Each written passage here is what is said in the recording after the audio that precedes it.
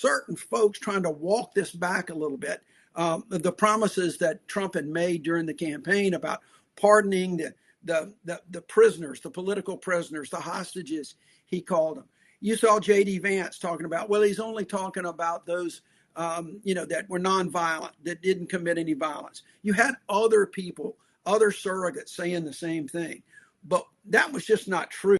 What happened was he pardoned pretty much everybody, let others out of prison. And the data that I've seen, and you probably have seen more than I have, the data that I've seen is that well over 60% of the people in this country do not think that that was appropriate. They saw what happened, and they seen it time and time again. And I think that we have to, you and me and so many others in the Democratic Party, we have to remind people about January 6th and what Donald Trump did to the rule of law. Because count on the fact that the Proud Boys and the Oath Keepers who were marching around the Capitol yesterday proclaiming Donald Trump's victory are going to be back, and they could be coming back with a vengeance. Yeah. We have that clip of J.D. Vance. I'm glad you mentioned it because it's so astounding. Sam, can you play that? Been the vice president for 3.5 years. Day one was 1,400 days ago, and her policies have made these problems worse. With you, January 6th pardons, President Trump says there's a process. Where is the line drawn on who will and wouldn't be considered for a pardon? I think it's very simple. Look, if you protested peacefully on January the 6th and you've had Merrick Garland's Department of Justice treat you like a gang member, you should be pardoned. If you committed violence on that day, obviously you shouldn't be pardoned.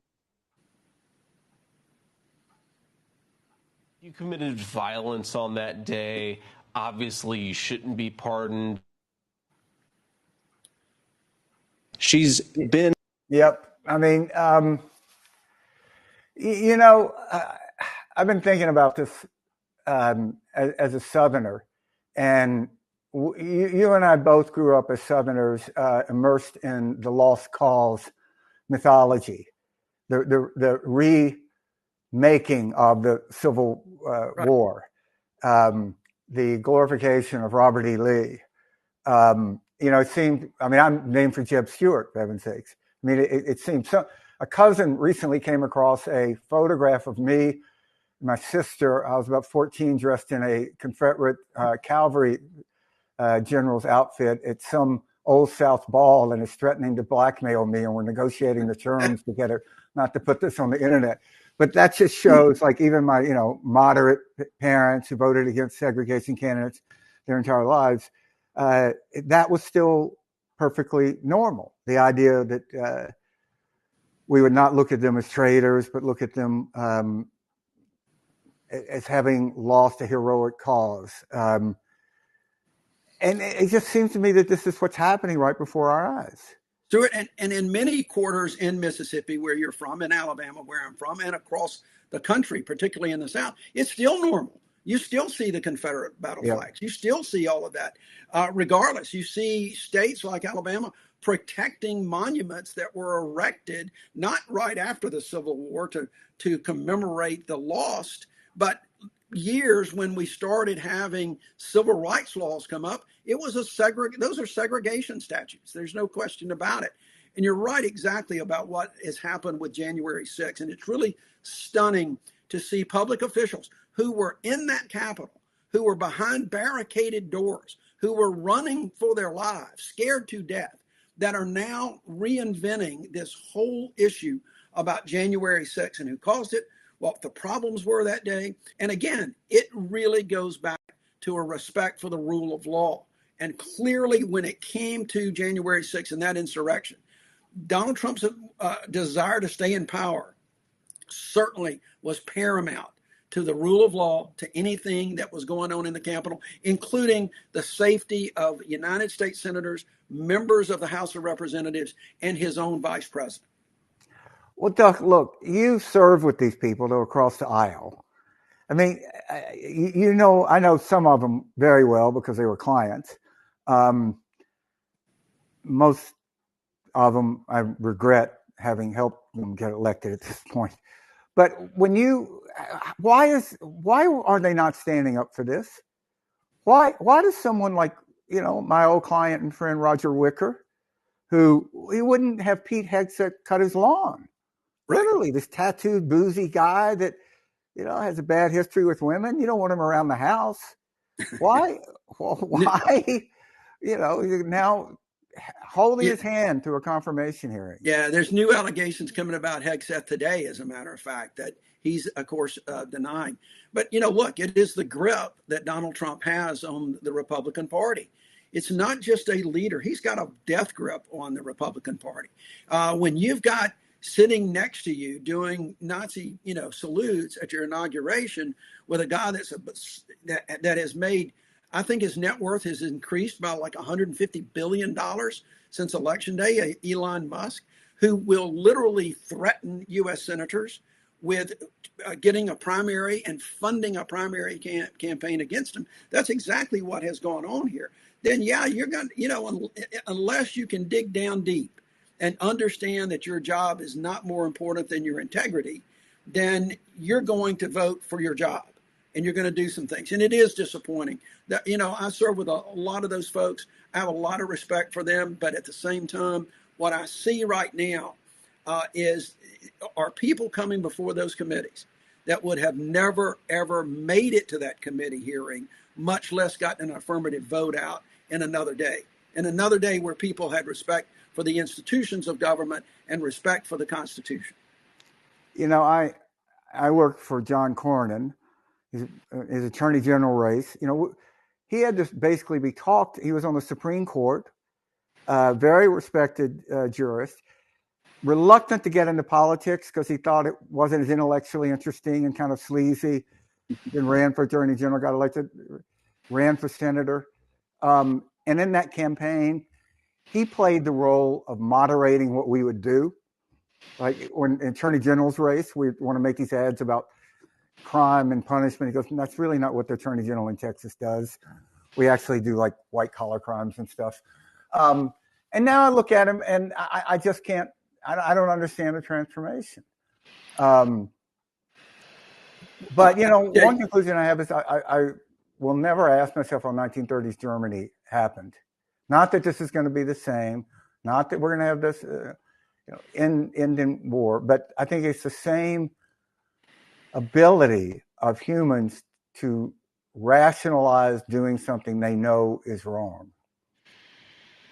Totally agree. And I think that for Democrats on that committee, I think all the Democrats have played all of these hearings very, very well.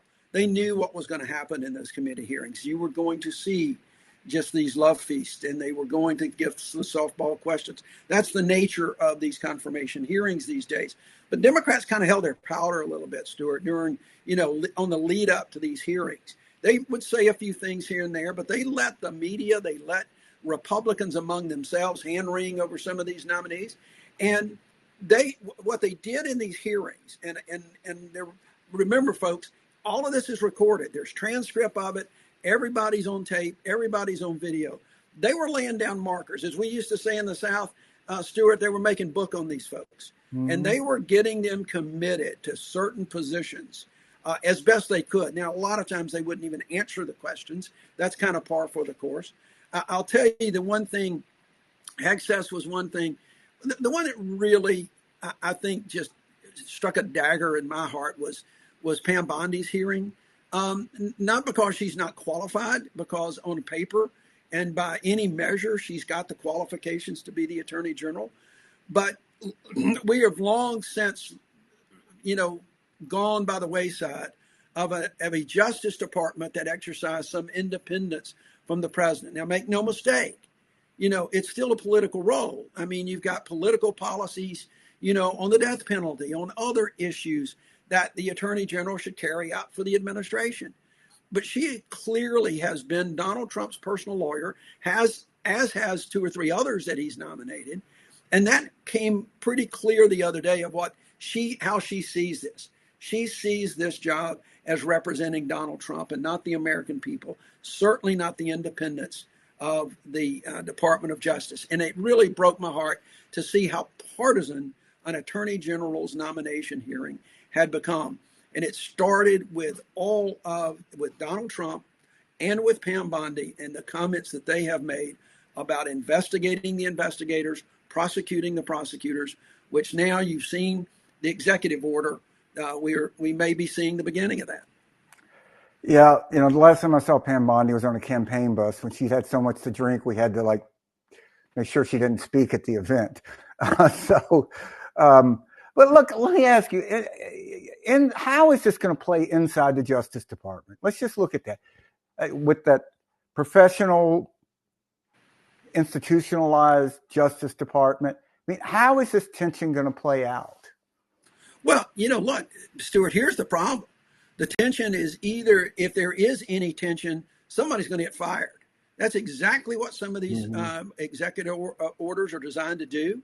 They are designed so that Donald Trump can carry out whatever he wants to do, regardless how the institutional folks feel. He's already let a number of supervisors go. There will be more to follow, and there will be some voluntary folks that either retire or just leave the Justice Department, rather than being subject to potential disciplinary action for simply standing up for the law and the rule of law. That's the real problem when you got. It is going to be, I guarantee you there is a lot of angst in the Department of Justice right now and across the federal government about how to do your job with someone who has no real respect for your job. Another echo 1930s. It's extraordinary. Can we put back up that list, Sam, of these executive orders? I just want to talk about birthright citizenship here for a second, because J.D. Vance's wife was born to parents who were not American citizens. So under this, she wouldn't be an American, and their kids wouldn't be American.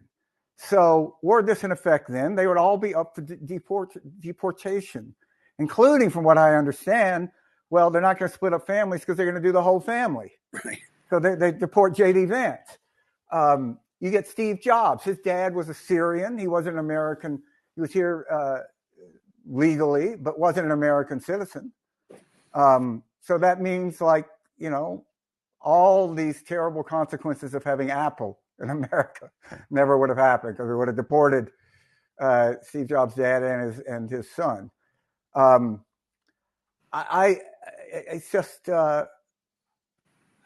find that just, is this going to go anywhere? Stuart, you find it pandering to a base who don't like people who do not look like them or talk like them or worship like them. That's the bottom line. Like J.D. Vance's kids. Yeah, look, that is what it is. But, the order gives everybody a pass. It's only going to be going forward. Right. What you said was really important. They would have been subject to deportation had this order been in effect or had the Supreme Court upheld it. And so people are looking forward. And so everybody now says, oh, this is a different time. All of his supporters say it's a different time. It's a different place. We've got an emergency now. We've got to do all of these things. And what I fear is that, look, there's already lawsuits that have been filed. Attorneys generals have filed. Right, I saw that, 22 state attorney generals filed. Yeah. And I think so how does that work, Doug? How does that work? Where would that case be heard? Well, it will be heard first and foremost in the district courts of which they filed them. I know that there was at least one that was filed in New Hampshire. I don't know where the others were filed. They were filed in New Hampshire. They will go up through a district court, will make a ruling that will then go to the respective Court of Appeals, and then it'll go to the Supreme Court. What's going to be interesting, I think, to do this is, well, there's two things, Stuart. Number one is, will a judge find in favor of the Trump administration and issue some kind of order that goes into effect immediately, in which would upend a lot of federal government, state government, local government, everything? It would just completely upend that going forward. Will he stay it or make it go into effect? Will that go up to the Court of Appeals? Will it go up to the Supreme Court in their so-called emergency docket, which seems to be the way they're making most of their laws these days? Ultimately, this will likely be decided by the U.S. Supreme Court. And the Constitution of the United States, the 14th Amendment, clearly says that anyone born in the United States and subject to the jurisdiction thereof is a citizen of the United States. And what Trump's trying to do is trying to hang his hat on this and subject to the jurisdiction thereof, attempting to say that anyone that is here without documentation is not subject to the jurisdiction of the United States, which is kind of counter to arresting them for burglary or any kind of federal crime that they might commit. It's an absurd comment. However, you got a Supreme Court that you cannot bank on the fact that this court will uphold the interpretation that we all have. You just, at this day and age, you can't bank on that. I don't think. Yeah. I could foresee, look at what they've done to the Second Amendment, going back to originalism and looking back at the history. They could suppose that they try to say that the legislative history at the time was really talking about those people who were citizens of the United States or had been here and whose parents or grandparents, something that can find and hang their hat on something, just like Clarence Thomas really did a very twisted argument to uphold or to strike down the bump stock ban under Second Amendment. That was a contortion of monumental proportions. And I right now, I can't say that the Supreme Court, that this is a slam dunk. Not with this court. I don't think anybody can. I mean, isn't it bypassing the entire constitutional process of repealing amendments? I mean, they're in essence repealing the 14th Amendment without. Well, they would argue that they're just interpreting the 14th Amendment in a way that is consistent with the history. I disagree with that. I think that the history goes back to slavery. Exactly. And I think the history is going to show that this is anybody that was born in the United States of America and subject to the jurisdiction. It's a two-pronged test. Okay. And the reason is you've got diplomats who are here from other countries who are not subject, who have some immunity. They're not subject to that. Their children aren't. So they might not be subject to the jurisdiction of the United States. But anybody else that's born here is. Well, Lisa posted a question that seems like pretty prescient to me. If they're not under the jurisdiction of the United States, how are they going to put them in camps? How does that work? I mean, doesn't that prove that they are? Well, they're going to make citizens arrest. I mean, ask them nicely to leave. Like, I know we can't force you to. We'd really like you to leave. It'd really be. It's an interesting dilemma. I think the more appropriate analogy is, though, rather than that, because the immigration can round up and do things with people that are here without documentation. And I think that that's a special circumstance. I think the more important analogy is how are people going to, that are arrested, that are in federal prison right now? How are they not subject to the jurisdiction? They've been convicted of drug offenses. They've been convicted of firearms or white collar fraud, you name it. Everybody that's in this country is literally, unless you've been given some diplomatic immunity, is subject to the laws of the United States of America, the jurisdiction of this country. So I think it's going to be, if they don't uphold it, or if they do uphold it, it will really be some contortions like you've never seen. But at the same time, I think there are some of those justices that are clearly capable of doing that. Yeah, I think one way to end this, if you could convince Swedish and Norwegian models to come to America and have children, they would then get away from this. They'd be like, birthright citizenship is great. We need, more of these blonde, beautiful people in America. What's always struck me as so odd about this is, shouldn't you worry about America when people don't want to come to America? Isn't that the sign that there's something deeply wrong? Why do we not take it as an affirmation of how great America is? The people are willing to go to extreme risk. And why? It to me, it goes back to what, Reagan's last speech. that is what is unique about America. You can live in France all your life, but if you're not born in France, you'll never be seen as a Frenchman. Yeah. Here in America, you can come to America and you're an American. That's exactly right, Stuart. I have made that point numerous times on panels in the media with some, Republican commentators, that they couldn't really answer the question. I would basically say yes, we have a broken immigration system. I agree with that. There are things that we can do and should do better. We should know who's coming across. But the biggest problem, if it is a problem, is we're the United States of America. And everybody wants to come to this country. Yeah. We are the land of opportunity. We are the land supposedly of freedoms. And as long as there are people that are wanting to come here and people like you and I who want to stay here, then it is going to be a place where people strive to go and to do those things for their families. And that is hard to get away from. I don't think we want to get away from that. We want to be the America that we've been for almost 250 years. Yeah, I mean, do you want to be America or North Korea? Nobody's dying to get into North Korea. No one's dying to get into Russia. My secret plan to end Russian-Ukrainian wars is to make it possible for all Russians in the army, if they don't fight and they come to America, we'll give them a green card and let them find a job. I think they would take that in a second. It would decimate Putin's army. Yeah, it would. I mean, really, I would go die for Putin rather I could live in Santa Monica. I don't think so.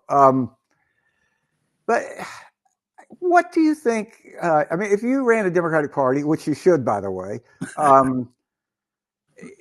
what do you think the proper attitude and response is, or the most effective attitude and response?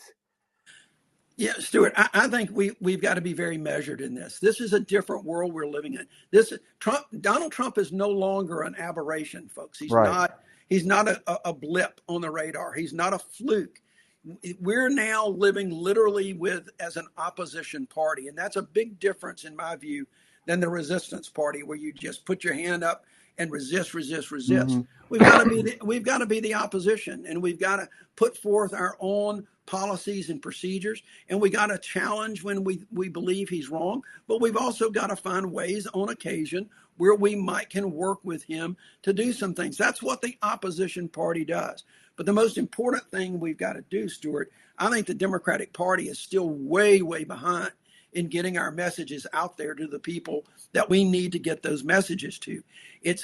We talk about going where people are. We talk about listening to people. But usually when folks say we got to go where they are, they're talking about their circumstances. The single mom, the unemployed steel worker, folks like that. No, we've got to go to literally where they are, where they're getting their information.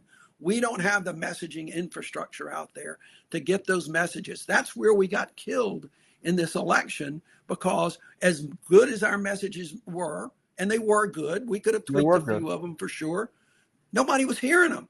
We were talking to ourselves. We were seeing all these great rallies, and we were thinking that was America. Well, it wasn't America. It was our folks that were listening, and we've got to figure out ways to get those messages. Just not social media influencers.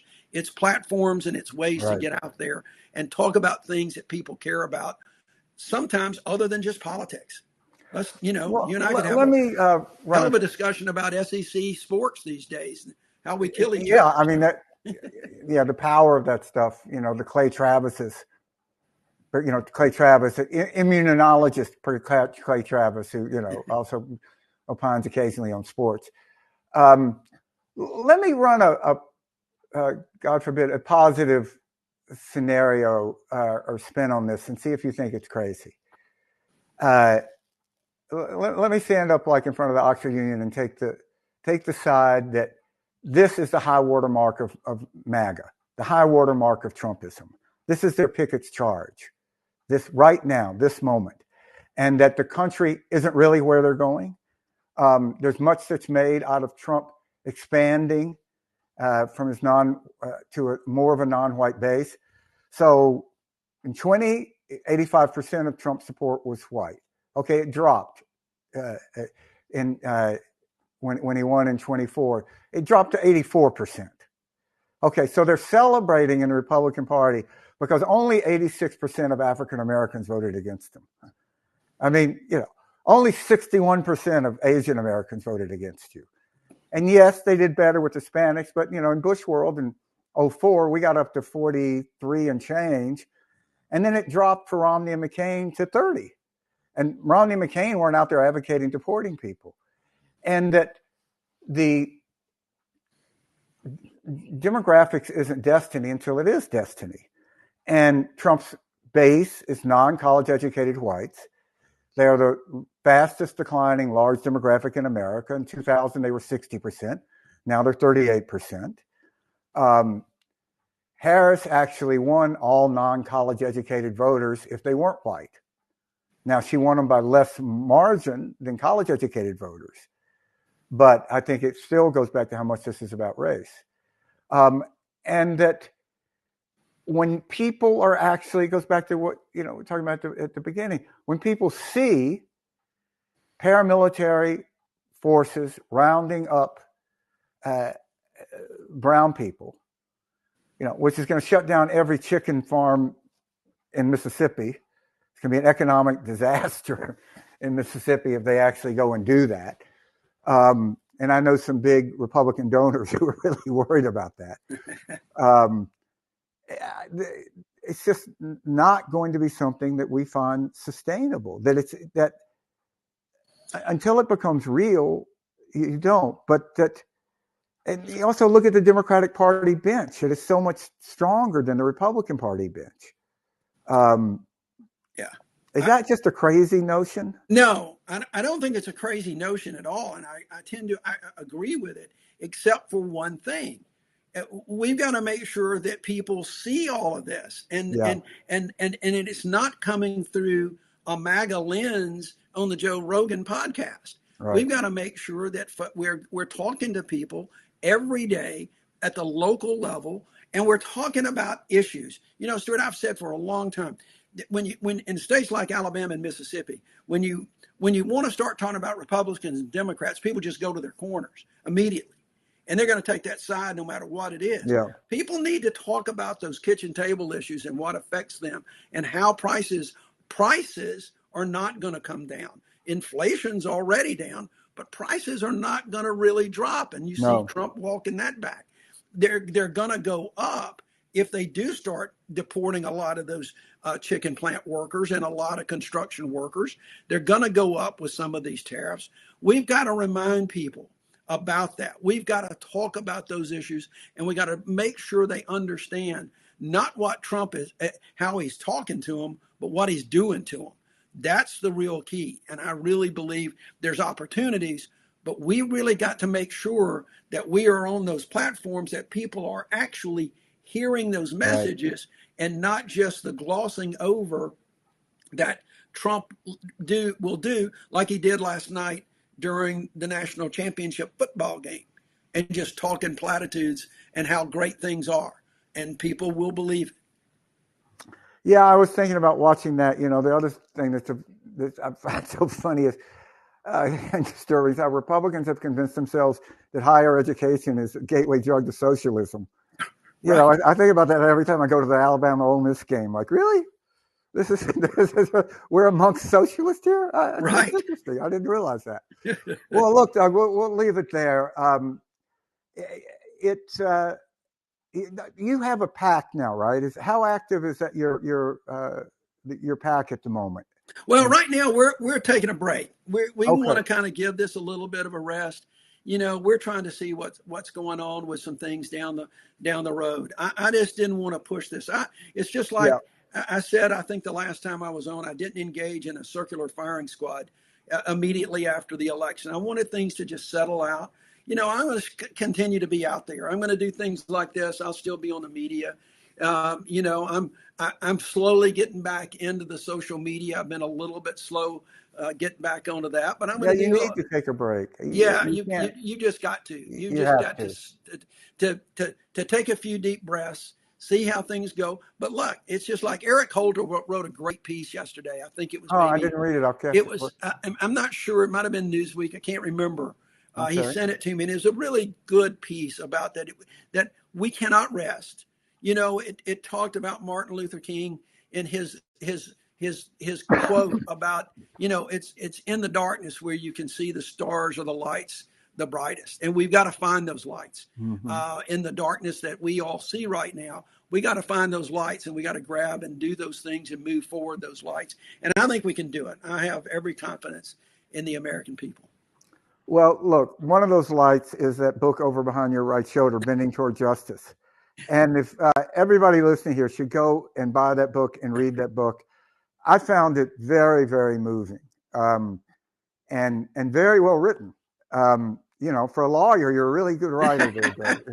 It didn't ruin you, and it's just tremendous. And I think it's to read a book like that now is both a challenge to what we should be doing, and it's reassurance about the soul of America that is still intact. So thanks for writing. Thanks for that. And I appreciate it. Thanks for joining us. And everybody out there, you should subscribe to Resolute Square. We're doing everything we can. We're not in the pocket of any billionaires. So if there are billionaires listening that would like us to be in the pocket and you're on the right side, we're certainly give us a call. But listen to Rick Wilson's Enemies List, Resolute Square, that Trippi show. Joe Trippi, who worked with Senator Jones in one of the more remarkable upsets in modern American political history. There's a great new show on Wednesday nights. Catch it tomorrow night. Maya May, who, if you don't know Maya May, you're going to be in for a real treat. She is a force of nature. And it's just amazing. And we have Decoding Fox News, and then, of course, the Lincoln Project podcast.